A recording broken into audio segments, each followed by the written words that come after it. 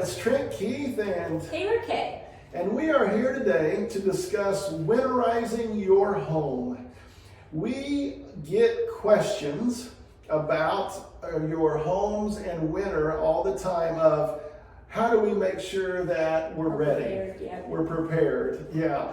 And so we just wanted to point out a few things that we could think of off the top of our heads of good ideas of how to winterize your home. And we will let Taylor kick us off today. All right. Important thing that you're going to want to do is be sure that you have been to the store and you have stocked up on your basic, like obviously your food supplies, maybe bottled water. Make sure you've got ice melt and things like that you can put on your porch and your driveways, sidewalks, those kinds of things. Make sure you've got like a flashlight in case of emergency. Like I said, batteries to go with those. If you don't have a snow shovel, even having one of those on hand to be able to make sure you can have a path to get in and out of your home to your vehicle safely. But that's definitely, you're going to want to do your store round and get stocked up on the just basic things that you might need in case of an emergency. Yes, definitely. Another thing that kind of goes along with this is make sure you keep your vehicle fueled up for the winter. You'll want to start it in the mornings, let it warm up a little bit, and keep extra fuel on hand for your generator. If you have a generator, you want to keep the fuel on hand. So if your power goes out and you need to run your furnace or your refrigerator or whatever be the case, that you have the fuel there to do that. So try to keep stocked up on the things that you use on a daily basis, from your fuel in your vehicle, where if you get hung up and your car needs to run for a while, you're not going to run out of gas on the side of the road. You have some gas cans so your generator can run, maybe while you're gone at work or maybe when you get home in the evenings. So just like the stocking up, kind of like Taylor said on the basic items, think of that also on the outside. Figure out what you need. If you burn wood, you'll want to stock up your wood pile. A lot of times you want to get a little closer to your front door or in the garage or whatever be the case, because you can go through a lot more this time of year. So get your wood pile stocked up also. What else do you got on your list? And everyone wants to be, when it's cold outside, everybody wants to be warm inside. So be sure that since your furnace is going to be running and keeping up with the cold temperatures outside, just make sure that your furnace filter is clean. And if not, you're changing that out or you have an extra one on hand in case that you need to change it out or something, because that can definitely, you don't want to run into having issues with your heat inside when you've got sub-degree temperatures outside. So that definitely is important.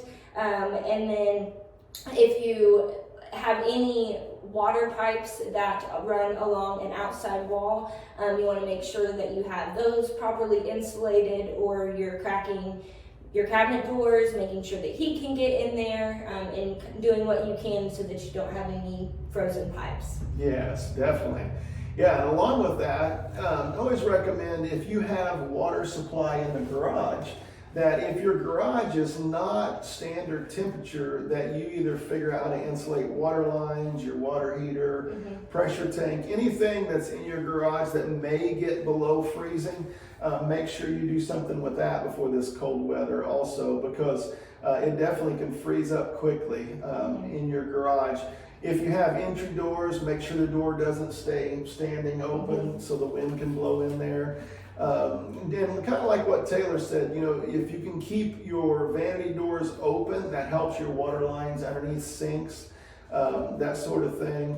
Same way, anywhere if you've got a water filter anywhere in the house, make sure that that is insulated or not to where it's getting too cold, because that can definitely freeze very quickly this time of year also. So anywhere where you have water that sits in a filter, pressure tank, water heater, that kind of thing, make sure that it's insulated, or even if you have to add a little space heater to keep the temperature up to where it needs to be for this time of year will be excellent. Yes, so there's quite a few different things you can do just to keep an eye on around your home this time of year. What would be another thing on your list, Taylor? I have learned this year from personal experience that you want to be sure that if you have your water spigot outside, that you have your hose unattached from the home, because it can cause water to freeze up into your water spigot and cause issues from there. So when you're not using your water hose at this time of the year, or when it's cold out, just make sure you unhook that, put it away, or unhook it, leave it where it's at. Just unattach it from your home so that you don't have any issues with water freezing up in your water lines. Yes, definitely. Another thing that goes along with this that you want to keep in mind, if you live in a single wide or even a double wide home, you'll want to check your heat tape in your crawl space each year, because I know from experience those do not last extended amount of time. They actually may work for a winter or two, and then they may just quit completely. So you'll want to check those to make sure that your water lines are still warming up like they're supposed to. They're supposed to kick on and off according to the temperature in the crawl space. So you want to make sure that those are kicking on like they're supposed to and warming up your water lines underneath your home also.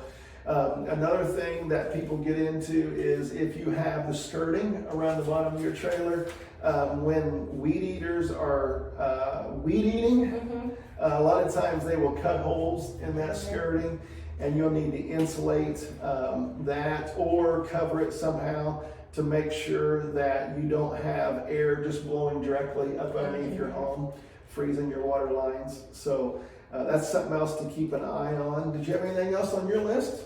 I don't think so. That was just the few things that came to my mind when these temperatures started hitting, of what we could do to kind of get people prepared and ready for that.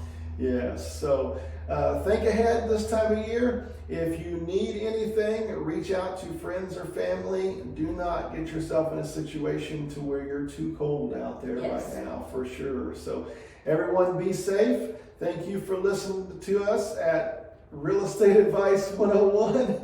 Be sure to follow us on our podcast and Instagram at Keith Realty, or on Facebook at Keith Realty and Auction Group. Thanks, everyone. Thanks.